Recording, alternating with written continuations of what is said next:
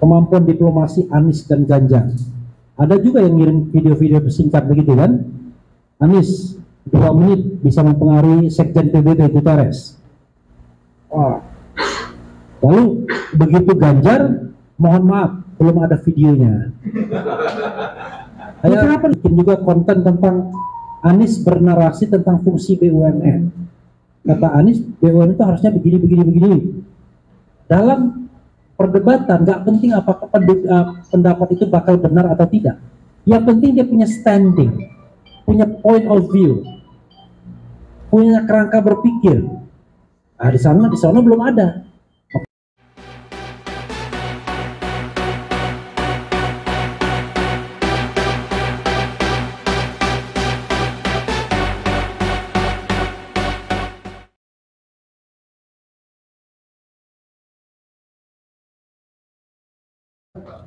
Assalamualaikum warahmatullahi wabarakatuh. Assalamualaikum warahmatullahi wabarakatuh. Keren. Masuk barang itu. Takbir. Dikasih ini lagi saya sama. Jadi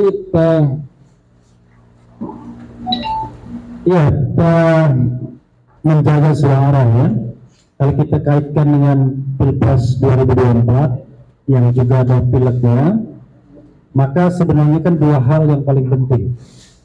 2 hal itu adalah memastikan masyarakat Indonesia yang punya hak memilih, the right to vote, itu memilih Anies Baswedan, gitu kan? Ngapain kita ngitung suara kalau kalah? Itu dulu kan? Jadi pastikan kalau dia memilih Anies Baswedan, dan untuk itu kerja pertama itu adalah kerja berkampanye, mengajak untuk memilih. Nah, namanya kampanye ini kan cybernya tinggi. Salah satu cyber itu adalah Anies Baswedan kalah dulu kalau di survei, ya. Yang kata Rizal Ramli itu bukan survei tapi survei, ya. Sungguh-sungguh dibayar. Survei, ya kan. Nah, tetapi jangan salah, kita tidak perlu khawatir yang namanya kelompok Ganjar atau kelompoknya Prabowo seandainya memang lawannya 2 itu, karena jumlah mereka pasti kecil, sama seperti jumlah Anies juga pasti kecil. Yang paling kita utamakan adalah the silent majority, orang yang tidak terlibat apa-apa, itu jumlahnya pasti jauh lebih banyak. Kalau misalnya votersnya itu sekarang 150 juta, paling yang terlibat hiruk pikuk pemilu ini ya mungkin 20-30 juta saja. Sisanya yang silent, orang yang floating, mengambang. Karena itu orang yang mengambang inilah yang perlu dibujuk. Kita ngomong apapun, kalau saya di channel saya misalnya, kalau yang judulnya Langit Biru misalnya, ngomong baik pun pasti dihina sama dia. Karena itu pasti teridentifikasi sudah pihak sana kan. Kalau kita ngomong rasional pun nggak ada gunanya. Nah, rasionalitas itu dibutuhkan untuk yang belum memutuskan, undecided voters, orang yang belum memutuskan untuk memilih. Tapi kalau orang yang sudah berpihak, apalagi diehard, ya percuma saja kita. Contoh ya, di televisi itu sering saya lihat orang hanya berpikir bagaimana menang debat melawan tim sukses lawan. Menurut saya nggak ada gunanya. Belum tentu itu bisa memberikan hal yang menarik bagi pemilih. Saya sering membayangkan ya, ada juru bicara istana karena selalu berkelahi, selalu diundang di media. Saya tahu logikanya rating, logikanya rating. Memang dipancing, kalau bisa dia berkelahi, ribut, ya kan? Melawan peci merah, misalnya ributnya, kan? Nah, itu makin ribut tuh makin senang tuh orang. Pertanyaannya adalah setelah ribut tersebut, apakah rakyat Indonesia makin simpati sama istana atau enggak? Atau jangan-jangan sebaliknya, dia puas, tapi istana keblenger gitu. Karena orang kemudian tambah tidak simpati. Kita harus juga begitu. Jadi nggak terlalu pusing kita dengan ini. Contoh misalnya survei. Mau survei apapun, yang gantian menang itu kalau nggak Prabowo, Anies Baswedan. Anies Baswedan. Prabowo, Ganjar Pranowo. Anies selalu nomor 3. Yang survei yang paling mencolok itu adalah survei SMRC misalnya, baru-baru ini 39% untuk Ganjar. Tapi survei SPIN 33%, 34% untuk Prabowo. Ganjar cuma 17%. Makanya saya bilang ngakak. Surveinya kurang lebih sama waktunya, tapi kok perbedaannya jauh betul. Belum lagi kalau kita kaitkan dengan margin of error. Disparitasnya saja sudah 17%. Bayangkan. Ganjar di sana 30, bukan 17%, 39 sama 17. Gila kan? Itu 22%. Ini survei atau apa? Memang pelaku surveinya berbeda. Dan masing-masing pelaku survei akan mengatakan survei kami lah yang ideal, yang tidak dibayar misalnya, atau yang betul-betul objektif. Padahal satu saja survei itu. Sebutkan sumber dananya. Nah, kalau sumber dananya dia nggak mau sebutkan, wajib kita tidak percaya survei tersebut. Tapi kalau dia berani sebutkan sumber dananya, berarti independen dia. Tapi hari gini, siapa yang mau bikin survei independen? Habis spending money ratusan juta untuk bikin survei nasional, nggak mungkin. Karena itu selalu pasti ada bohirnya. Oke.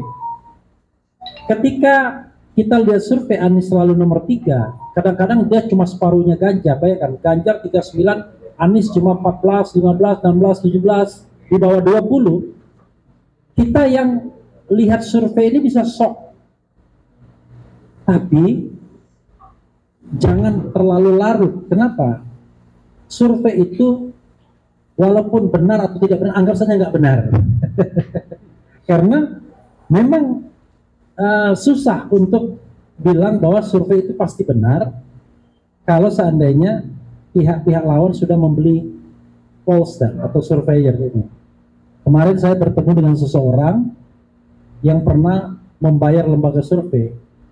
Dia menyebut nama, tapi karena ini langsung kan, tapi namanya itu nama yang dianggap pengamat yang kredibilitasnya bagus dan lain sebagainya. Saya berdebat dengan Denny Indrayana. Denny bilang kalau si X saya masih percaya. Saya bilang saya nggak ada yang percaya saya tukang survei. Saya bilang selama dia tidak menyebutkan sumber dananya saya nggak ada yang percaya. Ceritalah yang pernah membeli lembaga survei. Ya, ketika kita beli, ya memang suara kita tinggi terus katanya. Oke. Karena itu, saya bilang, kita nggak bisa punya kemampuan untuk mengontrol survei tersebut. Mulai dari desain pertanyaan, kita nggak paham. Ya kan? Ketika dia terjun ke lapangan, untuk tanya, kita nggak paham. Atau sebelumnya ketika memilih random sampling untuk respondennya, kita nggak paham. Ketika dia mengolah data, kita nggak paham juga. Tapi pasti tukang pembuat survei mengatakan dia ilmiah. Ini Mas Ari nih. Pasti dia mengatakan dia ilmiah. Padahal bias-bias itu pasti ada. Oke. Apa yang saya lakukan beberapa hari terakhir ini, saya imbangi biar kita senang, kita bersemangat. Saya bikin polling di RH Channel. Saya tahu orang akan mengkritik. Pollingnya di RH Channel pasti saja menang Anies Baswedan. Ya kita bisa mengatakan yang sama. Surveinya di situ pasti menang yang itu. Kan sama kan? Ya kan? Sama. Tapi polling itu jujur. Tidak bisa dikontrol. Sana bisa dikontrol. Polling itu saya bilang, saya mau bacakan polling, hasil pollingnya kalau 100.000 minimal. Alhamdulillah. Oh, bukan lagi dapat. Berapa kali polling 100.000 ke atas semua. Saya bilang saya mau bacakan kalau 100.000 ke atas. Itu cuma 1.200, 1.230. Nanti akan dia bilang, oh kami ilmiah. Dari mana kalian bisa mengatakan ilmiah? Kan itu kan klaim kalian. Kalau ini objektif. Nah, maksud saya kita harus imbangi. Bahkan saya tantang. kalau memang nggak setuju dengan polling saya, coba media sosial lain adakan polling dengan pertanyaan yang sama. Adakan polling dengan pertanyaan yang sama, tetapi syaratnya adalah respondennya atau yang votingnya minimal 100.000 saya bilang. Misalnya di Cokro TV. Jangan-jangan Anies yang menang. Karena dia nggak bisa kontrol. Ya kan? Karena once Anda keluarkan polling kan dilihat semua orang. Nggak bisa lagi Anda hapus. Kecuali Anda menghapusnya berarti nggak ada hasil pollingnya. Nah, saya report sedikit ya biar ada bekal kita. Saya pertama mengadakan polling siapa yang Anda pilih antara Anies Baswedan. Saya selalu agape. Fortunately Anies A. Jadi nomor 1 terus kan dia kan. Kecuali nanti sudah ada urutan ya 01, 02, 03. Tapi sepanjang sekarang ya agape terus. Anies, Ganjar, Prabowo. Saya tanya siapa yang Anda pilih? Kalau kita bikin polling, jangan kasih ruang belum memilih, jangan. Ngapain kita nanya orang yang belum memilih kan? Asumsi kita semua itu orang yang sudah memilih. Alhamdulillah, selama 7 hari, itu pun karena saya tidak up, karena baru pertama mulai, itu 141.000 yang votes, suara. Jadi gini, kalau kita bicara suara itu saya tidak ingin mengatakan itu voter, tetapi itu suara. Tapi jangan salah, suara itu satu gadget, itu cuma satu suara. Jadi kalau kita punya 2 HP ya cuma 2 suara aja nyumbangnya. Jadi dia nggak bisa berulang-ulang, kecuali survei yang berbeda. Makanya saya katakan 141 suara, 1000 suara, Anies menang dengan 86%. 86% orang memilih Anies. Sisanya 14% kalau tidak salah, ada yang 8, ada yang 6. Kalau tidak salah Ganjar 6, Prabowo 8. Itu survei ketika saya mengatakan, survei polling ketika saya mengatakan siapa yang akan dipilih. Pertama saya bikin yang namanya polling tematik. Polling tematik itu pertama, menurut Anda siapakah calon presiden yang punya komitmen mau dan mampu memberantas korupsi? Dan saya udah bilang kan, harus minimal 100.000 tercapai dalam jangka waktu 24 jam saja. Cuma 24 jam tercapai. Hasilnya lagi-lagi Anies itu kira-kira 86%. 80-an per 8. Jadi angka Anies itu cuma 3 saja, 86, 88, 90. Itu. Oke. Wah, ini kan mengarahkan, enggak juga, objektif kan pertanyaannya. Bahkan saya juga bikin siapakah calon presiden yang menurut Anda bisa mempersatukan dan mengatasi keterbelahan masyarakat. Itu problem kita kan hari ini. Anies lagi. Kira-kira 86 atau 88%. 2 tema. Kemudian siapa calon presiden yang bisa memelihara toleransi kehidupan beragama? Anies lagi, 80-an%. Siapa apa lagi ya? Pokoknya ada 4 atau 5 tema. Ini nggak hidup juga nih. nggak kuat dia ininya. Jadi ada 4 atau 5 tema yang terkait dengan itu. Nah, maksud saya begini. Kita eyel-eyelan boleh. Yang paling penting adalah kita terjun itu kan ke publik, ke massa. Maka keluarkan polling dari ILC, Indonesia Lawyers Club. Bayangkan polling ILC itu cuma 21.000 aja, itu berapa hari? Itu udah dibesar-besarkan. Refli Harun cuma 24 jam aja. Kemudian dari CNBC juga semua memenangkan Anies. Google Trend, traffic Anies di atas. Dan saya pernah melihat big data yang disampaikan ke seorang tokoh senior yang kayaknya dia ke PS, ke 08. Wah, Anies itu begini katanya, macam-macam. Tapi terakhir dia tunjukkan data juga. Ternyata di big data nomor 1 Anies. Waktu itu dia simulasi Anies berpasangan dengan AHY melawan Prabowo Sandi nomor 2, kemudian Ganjar Erick Thohir nomor 3. Menang dia. Jadi yang ingin saya katakan adalah hati-hati dengan survei. Jangan-jangan nanti kita merasa, aduh kalah jagoan kita. Enggak. Cari pembanding-pembandingnya. Malah saya sekarang sedang mencari polling di atas 100.000 yang menangnya selain Anies. Malah saya tantang kan, sampai sekarang belum ada tuh yang menerima tantangan itu, karena dia takut juga. Kalau saya nggak takut, begitu, bahkan saya merumuskan pertanyaan itu secara live streaming. Jadi orang bisa melihat secara transparan. Oh iya, itu di RH Channel. Karena itu tugas kita, sebanyak mungkin bikin society seperti ini. Coba bayangkan kalau RH Channel ini ada 1 juta. Menang kan Anies kan? Jadi memang tugas kita adalah membentuk society. Baik society yang real maupun society dunia maya. Yang real kita bertemu secara offline, tapi secara dunia maya kita juga perlu, karena itu unlimited space, unlimited time juga. Jadi kita bisa membangun opini dunia maya itu dengan cara salah satunya begini, salah satunya. Tapi yang lain kan banyak. Nah, sehingga kalau kita sudah penetrasi kita kuat, baik offline maupun online, karena offline dibutuhkan juga. Ke desa-desa kan nggak ditonton orang RH Channel. Saya nggak tahu ada orang desa nonton ya kan.